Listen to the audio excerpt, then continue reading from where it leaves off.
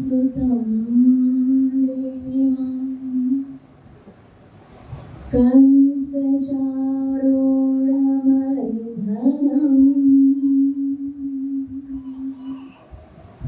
देवकी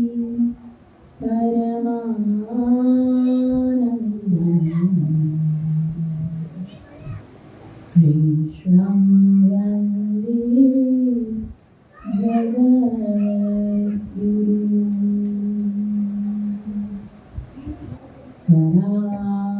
करारविन्दे नपदारविन्दं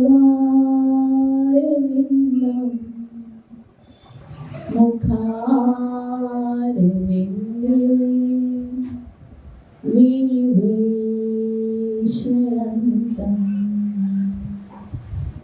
वटस्य पत्रस्य पुटेशयानं बालं मुकुन्दं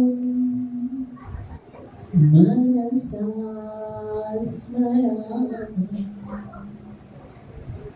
श्री कृष्ण गोविन्द हरे मुरारी हे नाथ नारायण वासुदेवा जिह्वे पिबस्व मृत्युमेतदेव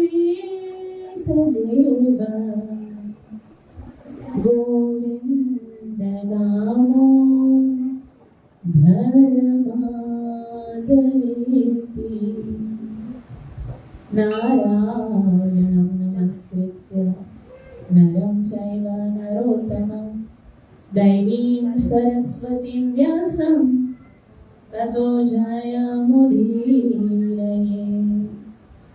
नष्टप्रायेषु अभद्रेषु नित्यं भागवत सेवया भगवती उत्तमश्लोके भक्तिरभवति नैष्टिकी पंचतत्त्वात्मकं कृष्णं भक्तरूपस्वरूपकं भक्तावतार भक्ताख्यं नमामि भक्तशक्तिं जय श्री कृष्ण चैतन्य प्रभु नित्यानंद श्री अद्वैत गदाधर श्रीवासदि गौर भक्तवृंद हरे कृष्णा कृष्ण कृष्ण हरे हरे हरे राम राम राम हरे हरे ग्रंथ श्रीमद् भागवतम महापुराण की। हम बड़े सौभाग्यशाली हैं कि हमको इतना सरलता से श्रीमद् भागवतम को श्रवण करने का अवसर मिलता है। आज ही एक भक्त ने मुझे फोन किया, बोला माता मुझे इतना दिल करता है कि मैं भी कथा सुनूं, मैं भी भागवतम का श्रवण करने के लिए मंदिर में आऊं, लेकिन मुझे परमिशन ही नहीं है। मेरी फैमिली मुझे सपोर्ट नहीं करती है, इसलिए मैं मंदिर नहीं आ सकती, मैं भगवान के दर्शन भी नहीं कर सकती, मैं आपकी कथा भी नहीं सुन सकती।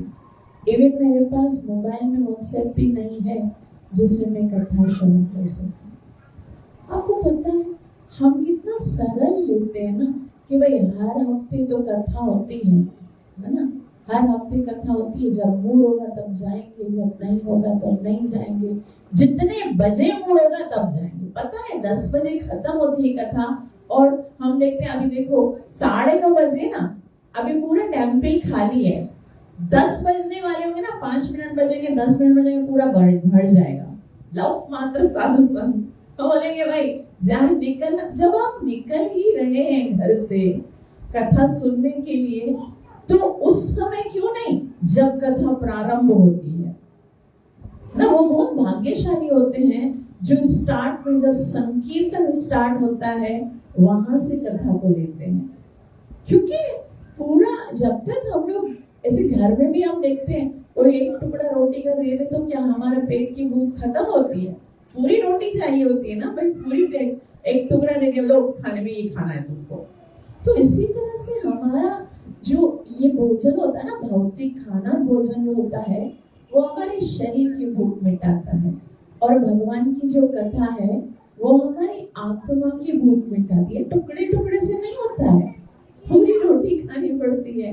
पूरा एक सेक्शन जब हम अटेंड करते हैं, और उसके लिए भी बहुत पुण्य किए हैं। आप ये मत समझो कि आप बस ऐसे ही आ जाते हो, नहीं, बहुत सारे पुण्य एकत्रित होते हैं। आज भी कितने सारे इतने जीव ऐसे हैं जो तरसते हैं, उनको भगवत कथा श्रवण करने का अवसर नहीं मिलता।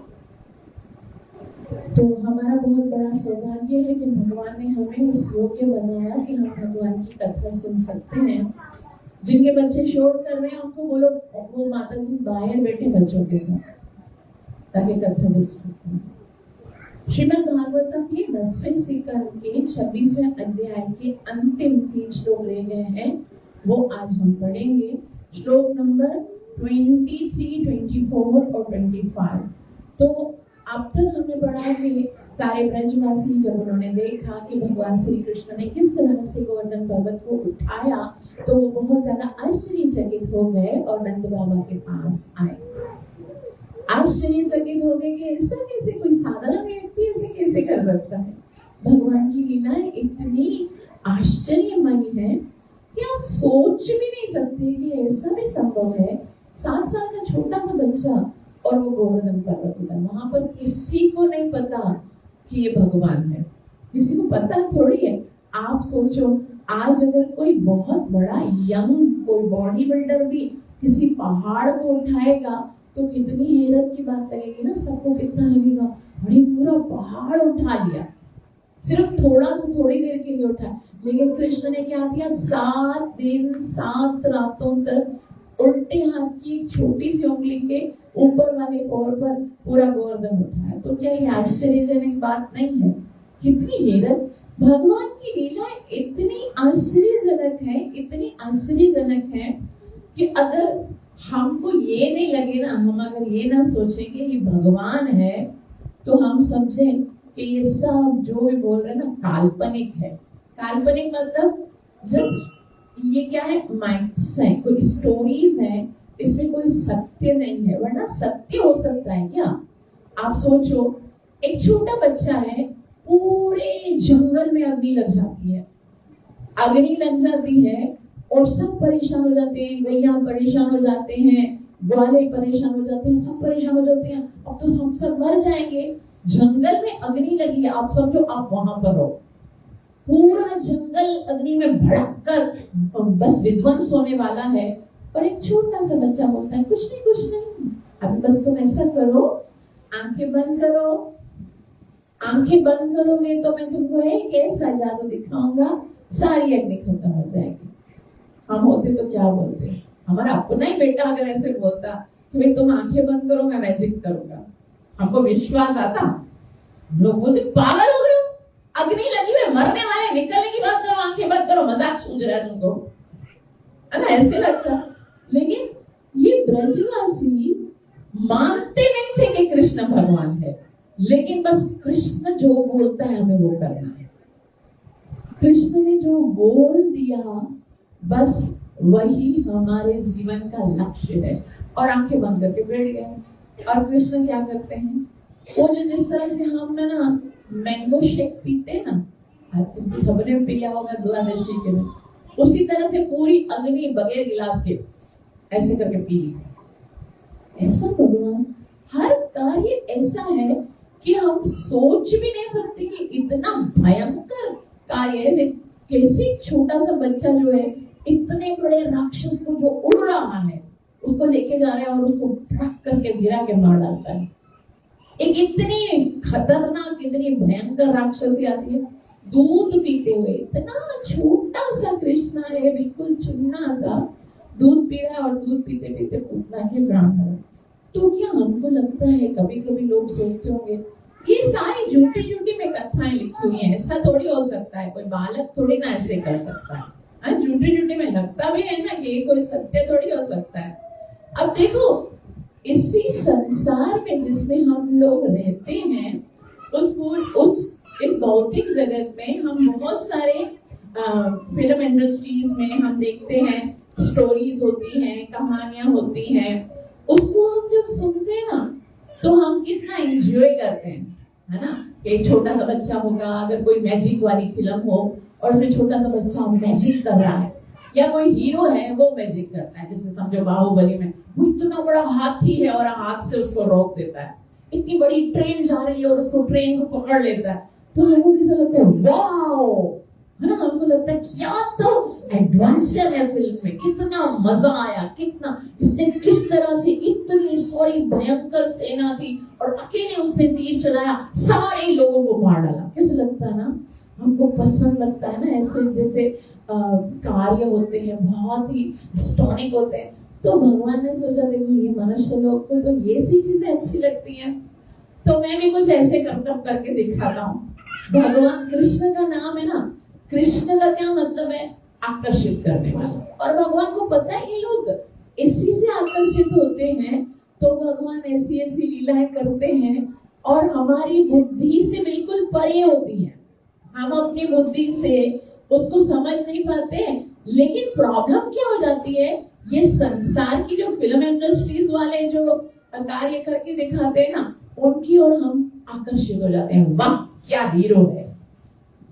और कृष्णा की बातें जब हम सुनते हैं तो बोलते हैं ऐसे कैसे हो सकता है ना। मतलब हैरत की बात यह है कि संसार के साधारण हीरो ने जो कर भी नहीं सकता, बहुत पैसे खर्च करने पड़ते हैं, बहुत सारे ये कार्य करने के लिए, एक एक सीन फिल्माइज करने के लिए उनको कितना सारा धन खर्चा करना पड़ता है, बार बार उसको रिपीट करना पड़ता है और कट करके वापस से करना पड़ता है। लेकिन कृष्ण ने वन शॉट में जो ये सब किया, हम उस पे यकीन ही नहीं आता।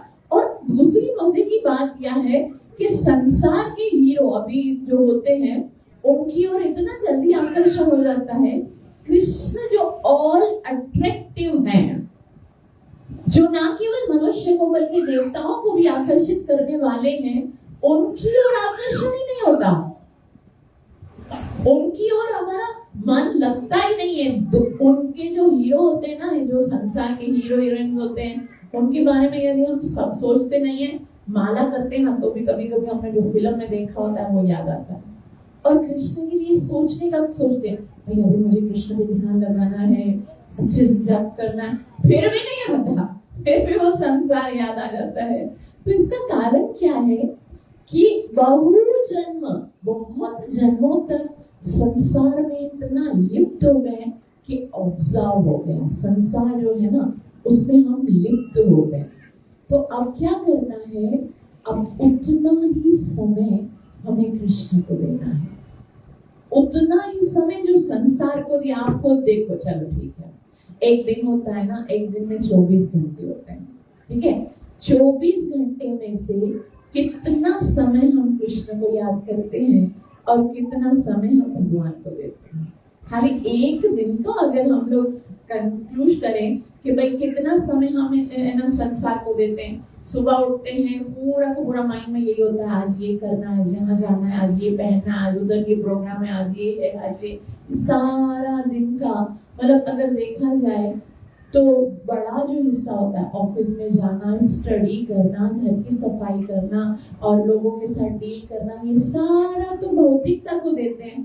तो 24 घंटे में 20-22 घंटे क्या हम लोग 24 के 24 घंटे अगर भगवान को देते, 1 घंटा टेम्पल में आकर कथा सुनने का होता है। उसमें भी हम सोचते हैं कि भाई कथा थोड़ी निकल जाए, कीर्तन हो जाए, आखिर में जाएंगे प्रसाद खा के आ जाएंगे, तो हम समझते हैं कि मन भगवान में लगेगा। क्या ऐसा थोड़ी होगा। और इसके अतिरिक्त वो क्या है, जितनी देर हम मन यहाँ पर बैठे भी होते हैं ना, तब भी हमारा खाली शरीर ही बैठा होता है, मन तो संसार में लगा हुआ है। मन तो यही लगा हुआ है, अब कथा खत्म होगी, फिर मुझे यहाँ जाना है, फिर मुझे ये करना है, फिर मुझे ये करना है, घर में बच्चे बैठे हुए उनके लिए भोजन बनाना, ये करना है। तो मन जो है वो सदैव सोच रहा है संसार को, इसके लिए मन जो है ना वो भगवान की ओर आकर्षित नहीं होता। और आपको पता है संसार में सबसे बड़े दुख की बात क्या है कि हमारा मन भगवान में नहीं लगता। बस ये मन भगवान में लग जाए ना तो कोई दुख है ही नहीं, कोई चिंता है ही नहीं, कोई प्रॉब्लम है ही नहीं। दुख सिर्फ इस बात का है कि मन भगवान के चरणों में ना लगकर संसार में लग गया। तो यहाँ पर सुखदेव गोस्वामी जो है वो नंद बाबा कहते हैं कि जब गर्गाचार्य जी आए थे तो गर्गमुनि ने बहुत सुंदर सुंदर जो बातें बताई थी कृष्ण के लिए कि ये कृष्ण साक्षात भगवान है। और अंत में उन्होंने बताया था कि ये जो कृष्ण है वो भगवान का ही स्वरूप है। और उन्होंने कहा था तस्मानंद कुमारोयम नारायण समो गुणै। हे नंद नारायण समो गुणै, आपका जो ये पुत्र है वो तो साक्षात नारायण के जैसे गुण लेकर आया है। भगवान अगर ये जो है गर्गाचार्य बताना चाह रहे हैं कि कोई साधारण नहीं है, नारायण है। लेकिन क्या करे, वो बताने के लिए बाध्य है कि नहीं बताना है, लेकिन फिर भी उसे बोलते हैं ना, हम लोग बोलते हैं बता रहा है लेकिन लपेट के बता रहा है, पूरा खुला नहीं बता रहा है कि ये इसके सारे गुण जो है वो नारायण के समान है। नारायण का क्या मतलब है? हर एक शब्द का एक अर्थ होता है। कृष्ण का क्या मतलब है? जो हमें आकर्षित करता है। जो कृष्ण को नहीं भी मानते हैं ना, भले ही सोच रहे हैं एथीस्ट हैं या जो हम सोचते हैं कि भाई ये किसी और के भक्त हैं, कहीं ना कहीं वो कृष्ण की ओर आकर्षित होते ही हैं।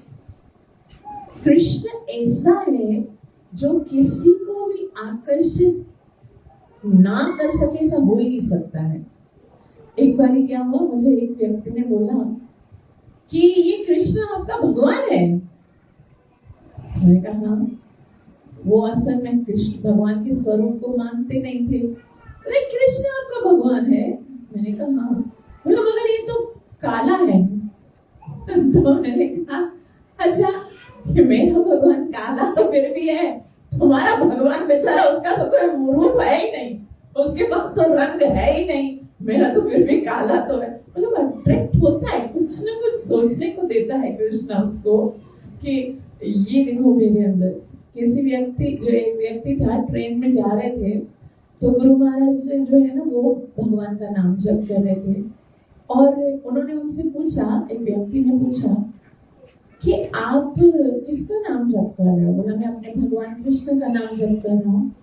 बोला अच्छा, कृष्ण जो टेढ़ा खड़ा होता है, बांसुरी बजाता है, ये कृष्ण, ये भगवान कैसे हो सकता है? बोला आप नहीं मानो भले, लेकिन मैं मानता हूँ कि ये भगवान है, मैं नाम जप कर रहा हूँ। तो थोड़ी देर के बाद क्या हुआ कि वो व्यक्ति जो बोल रहा था कि भगवान का कोई रूप नहीं होता है, भगवान के नेत्र नहीं होते हैं, वो गुरु महाराज भोजन खाने से पहले जो है ना ट्रेन में भगवान को ऑफर कर रहे थे, तो बोलते भगवान थोड़ी खाते हैं, ऐसे करके वो। तो थोड़ी देर के बाद क्या हुआ, उनकी जो है ना भक्ति का टाइम आ गया, अजान हो गई और वो प्रार्थना करने लगे। तो बोला अच्छा आप ये किसकी प्रार्थना कर रहे हो? बोला मैं ऊपर वाले की प्रार्थना कर रहा हूँ। बोला ऊपर वाला सुनता है क्या? डेफिनेटली सुनता है। जब हम लोग जब कष्ट में होते हैं तो ऊपर वाले को पुकारते हैं तो हमारी बात सुनता है ना। तो बोला अच्छा आप लोगों का जो जिसको आप भगवान मानते हो वो सुन सकता है, खाली उसके कान है बस। तो कान क्या हवा में लटके हुए हैं? कान है, आंखें नहीं है, वो देख नहीं सकता, मुंह नहीं है, खा नहीं सकता। मतलब ऐसा कैसा भगवान है जिसके खाली कान ही बनाया उसने और पूरा स्वरूप नहीं बनाया? ऐसे कैसे हो सकता है? कम से कम पूर्ण तो होना चाहिए। हमारा भगवान पूर्ण तो है, उसका पूरा शरीर है और इतना सुंदर है। तो यहाँ पर बता रहे हैं कि ये भगवान जो है वो नारायण के समान शक्तिशाली गुणों वाला है। नारायण का क्या मतलब होता है? नार कहते हैं नर समूह। नर समूह मतलब संसार में जितने भी जीव हैं। अयण, नारायण, अयण का मतलब है जो उसको सुरक्षित रखने वाला, जो उसका शेल्टर है, जो भगवान जो सारे जीवों को सुरक्षित रखता है, वो है नारायण। तो नारायण और कृष्ण में क्या फर्क है? कोई अगर ये पूछे कि भाई नारायण और कृष्ण में क्या फर्क है, तो कृष्ण का मतलब होता है जो आपका अपना है, मतलब आपका भाई भी बन सकता है, आपका बेटा भी बन सकता है, आपका पिता भी बन सकता है, वो भी। और नारायण का मतलब है वो बस चार बाजू वाला जो शंख चक्र गदा बना, उसको आप बेटा बना के गोद में नहीं रख सकते। उसको यशोदा, उसकी मैया जो यशोदा मैया, उसको कभी रस्सी से बांध नहीं सकती। वो ऐसा है, नारायण और कृष्ण में कोई फर्क नहीं है, एक ही है। लेकिन उस टाइम पर चेंजिंग क्या है, जैसे अगर एक बहुत बड़ा प्राइम मिनिस्टर है, वो प्राइम मिनिस्टर है, एक बहुत बड़ा जेलर है, वो एक जेलर है, लेकिन कब? जब वो अपने ड्यूटी पर है, जब वो अपने ऑफिस में है। जैसे एक बहुत बड़ा जज है, जज जो है वो अपने ऑफिस में है या अदालत में है, तब वो जज है। लेकिन वो किसी का तो बाप भी है ना, वो घर पे जब आता है तो उसका बाप है, अपने बेटे को प्यार भी करेगा, गोद में भी उठाएगा, कभी उसके लिए घोड़ा भी बनेगा, कभी उसको प्यार भी करेगा, है ना। लेकिन जब वो ऑफिस में अपनी अदालत में होता है तो फिर अपने फॉर्म में होता है। फिर वो ऐसा नहीं कि उसका बेटा आ जाएगा और वो अदालत में ऑर्डर कर रहा है, इधर आके बैठेगा और उसको अपने बेटे को खिला रहा है, ऐसा कुछ नहीं होगा, क्योंकि उस टाइम पर वो ड्यूटी पर है। उसी तरह से भगवान जब वैकुंठ में होते हैं ना, नारायण फॉर्म में, तब वो ड्यूटी पर है, ऑफिस में है। उनको कोई गोद में नहीं उठा सकता, उनको कोई प्रेम से बांध नहीं सकता, उनके साथ कोई रास नहीं कर सकता, उनके साथ कोई ये ग्वाल बाल जैसे कृष्ण के साथ पक्की देते हैं। अब हमारी बारी है, अब आपने हार गए हो और कृष्णा तुम हार गए हो, अभी तुम्हें जो है वो हमें पकड़ना पड़ेगा। ऐसा विष्णु के साथ या नारायण के साथ कोई नहीं कर सकता। तो नारायण मतलब कृष्णा, भगवान इन ऑफिस, और कृष्ण मतलब भगवान इन होम, अपने घर में। तो उसके साथ आप कैसे भी। और एक और बात जो बहुत ज्यादा महत्वपूर्ण है वो बताओ कि देखो, अगर कोई बेटा है और उसका पिता जज है और वो बेटा अपराध करता है, पाप करता है, अब उसके पास दो ऑप्शंस हैं। या तो वो अदालत में जाएगा और अपने बाप को बोलेगा, हे पिताश्री मुझसे अपराध हो गया, अब मैं क्या करूं। अब वो क्योंकि जज है, ऑफिस में है, तो उसे मजबूरन अपने बेटे को भी पनिशमेंट देनी पड़ेगी, क्योंकि जाहिर सी बात है उसने उगल लिया, वो अपराधी है, तो उसको पनिशमेंट देनी पड़ेगी।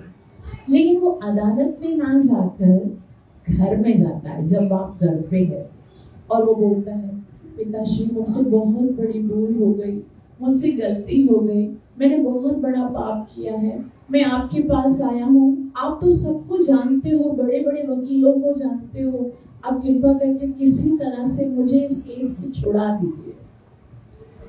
फिर क्या होगा? क्योंकि वो बाप है, वो प्रेम करता है, तो इसके लिए वो जरूर कोई ना कोई प्लान करेगा कि मैं अपने बेटे को बचाऊं।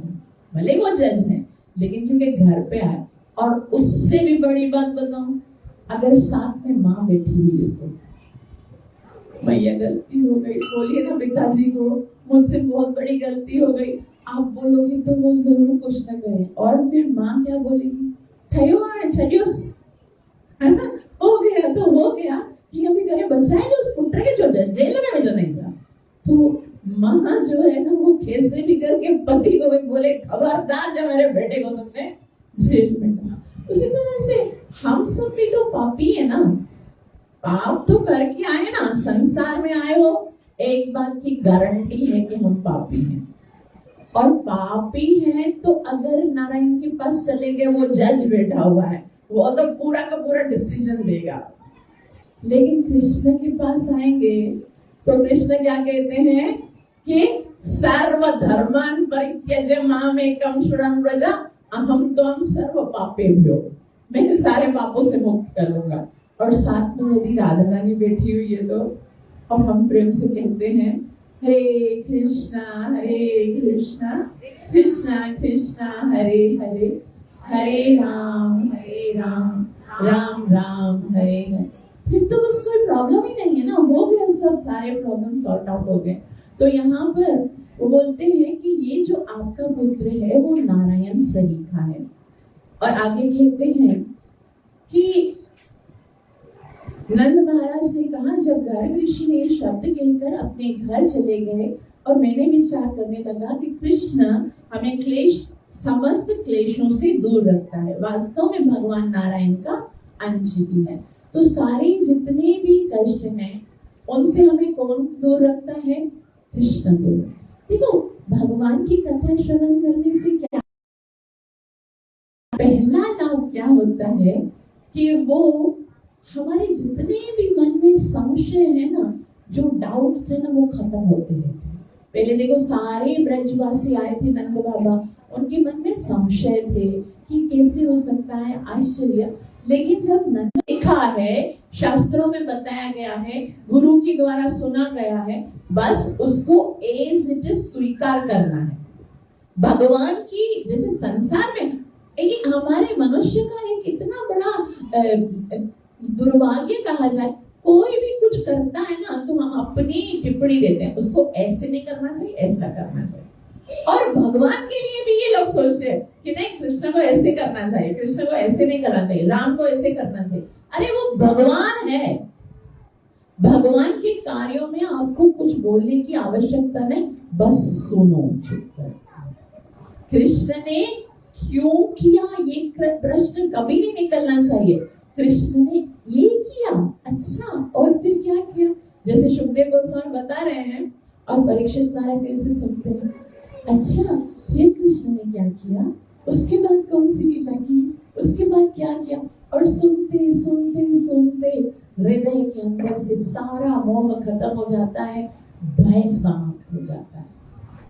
वो कहते हैं सुखदेव गोस्वामी कि अब थोड़ी देर में तुम्हारा समय समाप्त हो गया, तक्षक आ जाएगा, यदि तुम चाहो तो मैं तक्षक से तुम्हें बचा सकता हूँ, सर्प से, तुम्हारी मृत्यु से बचा सकता हूँ। तभी परीक्षित महाराज बोलते हैं, सुखदेव जी, अब मुझे भय नहीं रहा, मुझे मृत्यु से भय नहीं रहा, हृदय में कुछ भी, अब तो जो मृत्यु होती है ना वो भयंकर नहीं होती है, मृत्यु का जो भय होता है ना वो भयंकर होता है। और कृष्ण की कथा सुनने से वो भय समाप्त हो जाता है। और देखो, कृष्ण की कथा कैसी है, जैसे जैसे जैसे जैसे हम सुनते हैं विश्वास बढ़ता है। परीक्षित महाराज का विश्वास कितना बढ़ गया, विश्वास बढ़ता है। अभी देखो, यहाँ पर हम देख रहे हैं कि कृष्ण जब अगासुर आते हैं, ठीक है, अगासुर आए और सारे ग्वाल बाल देख रहे हैं कि इतनी बड़ी गुफा है, और उतना उनको लगता है कि ये तो गुफा हमने पहले देखी नहीं। लेकिन एक दूसरा ग्वाल, अभी छोटे बच्चे हैं, वो बोलता है कि मुझे लगता है ये जो गुफा है वो किसी झाड़ियों से ढकी हुई थी, आज ही प्रकट हुई है। देखो ना कितनी अच्छी है, एक रेड कारपेट बिछा हुआ है पूरी गुफा में, वो सांप अजगर है और उसकी जुबान है। तो बोला, नहीं नहीं, मुझे तो भय लग रहा है, हम इस गुफा के अंदर जाएंगे, कहीं ऐसा ना हो कि कोई राक्षस हो। तो बोला, हाँ तो चलते हैं ना, अगर राक्षस होगा भी तो भी वो पूतना को मारने वाला साथ में खड़ा हुआ है, इसको भी मार डालेगा। मतलब इतना विश्वास था कि चाहे कितनी भी बड़े से बड़ी दुर्घटना होगी ना, ये कृष्ण साथ है ना तो हमारा कोई कुछ नहीं बिगाड़ सकता। ये कृष्ण कथा का प्रभाव है। जैसे जैसे हम सुनते हैं ना तो हमारा भय खत्म हो जाता है। हम जैसे ब्रजवासियों को किसी से भी भय नहीं लगता, रोज रोज असुर आते, डेली एक से बड़े एक से एक असुर आ रहे हैं, कभी पूतना, कभी अगासुर, कभी बकासुर, कभी कांगासुर, कभी शक्टासुर, कभी कालिया, तो कभी इतना बड़ा जो इंद्र। आप ब्रजवासियों के विश्वास की तुलना तो कीजिए कि देवताओं के राजा इंद्र उनका यज्ञ कर रहे हैं, और ये एक नियम है। हम भी बोलते हैं भैया संसार करो, हमारे तो घर के नियम ऐसे हैं, हमारे माता पिता बचपन से ये करते आए हैं, वो करते आए। भगवान को सब पता है कि आगे जाकर ये सारी चीजों का मुझे जवाब देना ही है शास्त्रों में। कि जब कृष्ण ने कहा माम एकम शरण व्रजा, और अगर कोई दूसरे देवी देवता की पूजा करता है तो उसे क्या करना चाहिए? तो कृष्ण ने कहा देखो, तुम लोगों को किसी की भी पूजा करने की आवश्यकता नहीं है, देवी देवताओं की पूजा करने की आवश्यकता नहीं। कृष्ण कह रहे हैं अपने माता पिता की पूजा ही करनी है तो गोवर्धन की करो, गोवर्धन तो साक्षात मैं हूँ। और उस समय ब्रजवासियों को समझ में नहीं आया कि इंद्र तो देवताओं का राजा है, ये गोवर्धन तो पर्वत है। हम देवताओं के राजा को छोड़कर एक पर्वत का, एक पहाड़ की पूजा करने की कृष्ण बोल रहा है। लेकिन उनको कृष्ण के अंदर इतना विश्वास था कि अगर हम कृष्ण की बात को मानेंगे तो चाहे देवराज इंद्र भी क्यों ना हो, हमारा कुछ नहीं बिगाड़ सकता। और हम लोग देखो कितने, हमने बचपन से भगवत गीता पढ़ी है, रोज रोज यहाँ पर आते हैं, कथा सुनते हैं, रोज रोज ये लिखा होता है। भगवान कहते हैं, कृष्ण कहते हैं, मत्तः परतरं नान्यत् किंचित् अस्ति धनंजय। हे अर्जुन, मुझसे श्रेष्ठ और कोई सत्य नहीं है। इसलिए अर्जुन तुम एक काम करो, मेरी भक्ति करो, मेरा नाम जप करो, मेरी भक्ति करो, और अगर तुम ऐसा करोगे अहम त्वं सर्व पापेभ्यो। सुनते सुनते सुनते मैं यहाँ पर देखती हूँ, बचपन से लेकर जवान होते हैं, जवान से लेकर बुढ़े हो जाते हैं, लेकिन अभी तक माला नहीं उठाई है, अभी तक माला नहीं उठाई है, नाम जप नहीं। कब करेंगे? कब हम लोग ये सीरियस होंगे? और एक बात मैं आपको बता दूं, ये समय जो आपको भगवान ने दिया है ना, वो बहुत कीमती है, बार बार नहीं आता। ये मनुष्य जीवन जो है ना, वो बहुत कीमती है। इस जन्म में यदि भगवान पर विश्वास नहीं किया, इस जन्म में यदि भगवान के नाम का जप नहीं किया, तो दोबारा अवसर मिलेगा या नहीं मिलेगा उसकी कोई गारंटी नहीं है। खाली टाइम पास करने के लिए सत्संग नहीं होता है कि चलो ठीक है सैटरडे को यहाँ पर टाइम पास करेंगे, संडे को वहां पर टाइम पास करेंगे, एटलीस्ट पॉजिटिव टाइम पास है।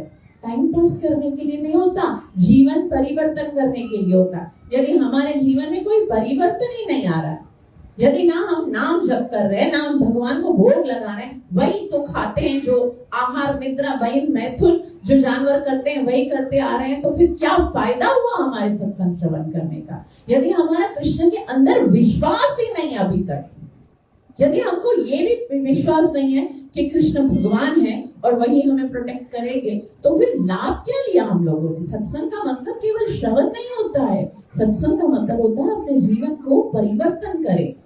कितना परिवर्तन किया? अभी तक तो हम लोग भौतिक आकर्षण ही खत्म नहीं हो पा रहा है, कब तक हम अपने आप के साथ खेलते रहेंगे? तो यहाँ पर सारे जो भगवान है उन्होंने ये स्वीकार किया, नंद बाबा को बोला कि हम बहुत ही आनंदित हैं कि आपने हमें इतने सुंदर तरीके से बताया कि नंद महाराज और फिर कृष्ण की सारे गोकुल वासियों ने पूजा की, उनको प्रणाम किया, उनको बहुत सारी भेंटें दी, उनको बहुत सारे गिफ्ट्स दिए, और अंतिम में सुखदेव गोस्वामी कहते हैं, देवी वर्षति यज्ञ विप्लव वज्रास्म वर्षानलय सीदत् बाल पशु स्त्रियात्म शरणम् दृष्ट्वानुकं युत्स्ययन् उत्पाट्यैककरेण शीलमबलौ लीलोच्चलीन्द्र यथा बिभ्रत् गोष्ठमपान् महेन्द्रमदभि प्रियान इंद्रो गवान्। तो यहाँ पर अंतिम श्लोक में कंक्लूजन देते हुए सुखदेव गोस्वामी कहते हैं कि जब भगवान ने इंद्र का यज्ञ बंद कर दिया और इंद्र को यज्ञ सामग्री प्राप्त नहीं हुई, तो क्या हुआ? इंद्र बहुत क्रोधित हो गया, इंद्र बहुत ज्यादा क्रोधित हो गया और उसने क्या किया? सारे गोकुल को नष्ट करने का सोचा। गोकुल में वर्षा की और तेज हवा के साथ साथ ओले गिराए, जिनसे गौवें, पशु तथा स्त्रियों को अतीव कष्ट हुआ। वो सोच रहा था कि मेरे अंदर इतनी शक्ति है कि मैं इन सबका विनाश कर सकता हूँ। और जब दयालु प्रकृति वाले भगवान श्री कृष्ण ने उन सबकी ये दशा देखी, उन्हें छोड़कर कोई दूसरा शरण नहीं था। जब कृष्ण तभी आते हैं, देखो सीधी सी बात है, कृष्ण तभी आते हैं जब वो देखते हैं कि वो केवल मुझ पर आश्रित है। अगर ऐसा नहीं है ना, तब तक तो वो ऐसे नहीं आते। इतना सस्ता नहीं है कृष्ण। जब वो देखते हैं ना कि सिर्फ हम लोग रोज द्रौपदी की कथा सुनते हैं, बार बार हम जब तक द्रौपदी दूसरों पर आश्रित थी तब तक नहीं आए कृष्ण। और आने के बाद द्रौपदी ने उल्हाना तो दिया कि कन्हैया आने में तो बहुत देर कर दी। तब कृष्ण ने बहुत सुंदर बात कही कि पांचाली, देर मेरी तरफ से नहीं, तुम्हारी तरफ से हुई थी। द्रौपदी ने कहा क्यों? जब वो खींच कर मुझे लेकर आ रहे थे भरी सभा में, तब नहीं आ सकते थे। तब तुमने मुझे पुकारा कहाँ? तो तुम्हें लगा कि तुम्हारे पति बैठे हो, वो तुम्हारी सुरक्षा करेंगे? बोला लेकिन जब मुझे इस भरी सभा में लेकर आए और मुझे पता था कि सारे मेरे पति जो है वो हार गए हैं, तब क्यों नहीं आए? बोला तब तुमने मुझे कब पुकारा? तब तो तुम पितामह भीष्म को और धृतराष्ट्र को देख रही थी कि इनके होते हुए मुझे भला कोई क्या कह सकता है। तब तुमने मुझे कब पुकारा? लेकिन तुम उस समय क्यों नहीं आए जब ये दुष्ट दुर्योधन झंडा पीट के कह रहा था कि पांचाली कोई साधारण स्त्री नहीं, ये तो वेश्या है। तब तुमने मुझे कब पुकारा? तुम्हें तो लगता था कि भीम की बाजुओं में 1000 हाथियों का बल है, वो तो इसकी जंगा को तोड़ देगा। लेकिन तुम उस वक्त भी नहीं आए जब दुष्ट दुशासन मेरी साड़ी को खींच रहा था। बोला तब तुमने मुझे कब पुकारा? दांतों से पकड़ के बैठी थी तुम अपने इस पल्लू को। मैं तो उस समय आता हूँ जब दोनों हाथ ऊपर करके कहो कृष्ण तुम्हारे अतिरिक्त मेरा कोई सहारा नहीं है। हरे कृष्णा कृष्ण कृष्ण हरे हरे, हरे राम राम राम। इस बात को मानना ही पड़ेगा, आज मानो या 100 जन्मों के बाद। जब तक इस बात को नहीं मानोगे कि कृष्ण के अतिरिक्त और कोई मेरा सहारा नहीं है, तब तक बचने की कोई उम्मीद नहीं है। तब तक जन्म मरण के चक्कर से कोई नहीं छूट सकता, जब तक कोई पूर्ण रूप से कृष्ण की शरण में नहीं आता है। तो यहाँ पर बालों के लिखे हैं कि कृष्ण ने देखा कि मेरे अतिरिक्त इनकी और कोई रक्षा करने वाला नहीं है, और मुझे छोड़कर उन्हें वो किसी की शरण में भी नहीं गए। तो कृष्ण मंद मंद हंसने लगे और एक हाथ से उन्होंने गोवर्धन पर्वत को उठा लिया, जिस तरह से कोई छोटा सा बालक खेलने के लिए फुकर मुक्ते को उठा लेता है। मतलब भगवान के लिए कुछ मुश्किल नहीं है, ऐसा कोई भी प्रॉब्लम हो नहीं सकता जो कृष्ण को आप बताओ और आप सोचो कि कृष्ण तो पता नहीं ये सॉर्ट आउट करेगा नहीं करेगा, मुझे किसी और की शरण में जाना पड़ेगा। कोई ऐसा समस्या हो ही नहीं सकती जो कृष्ण केवल हंस के ना खत्म कर दें। खाली हंस देना, थोड़ा सा मुस्कुरा देना, बस खत्म हो गया।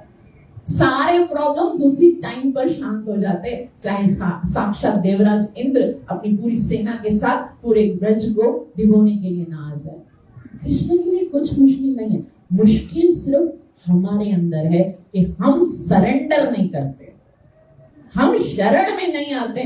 बाकी कृष्ण ने तो इतना बड़ा गोवर्धन पर्वत एक छोटे से फूल की तरह उठा लिया, और फिर जिस तरह से कोई छोटा बच्चा फूल उठा लेता है, इस तरह से उन्होंने ग्वाल समुदाय की रक्षा की, गवों के स्वामी तथा इंद्र के मिथ्या गर्भ को खंडन करने वाले ही गोविंद हम सब पर प्रसन्न हो।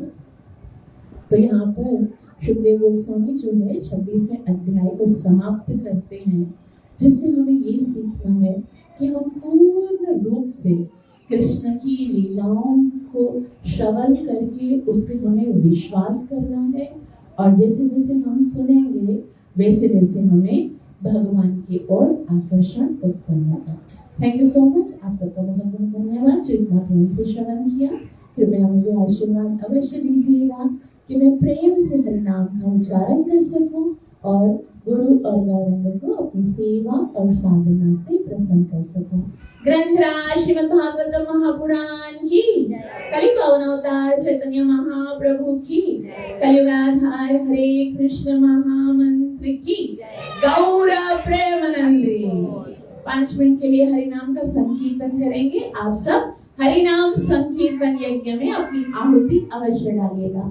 कोई मृदंग प्ले कर सकता है तो आ सकते हैं।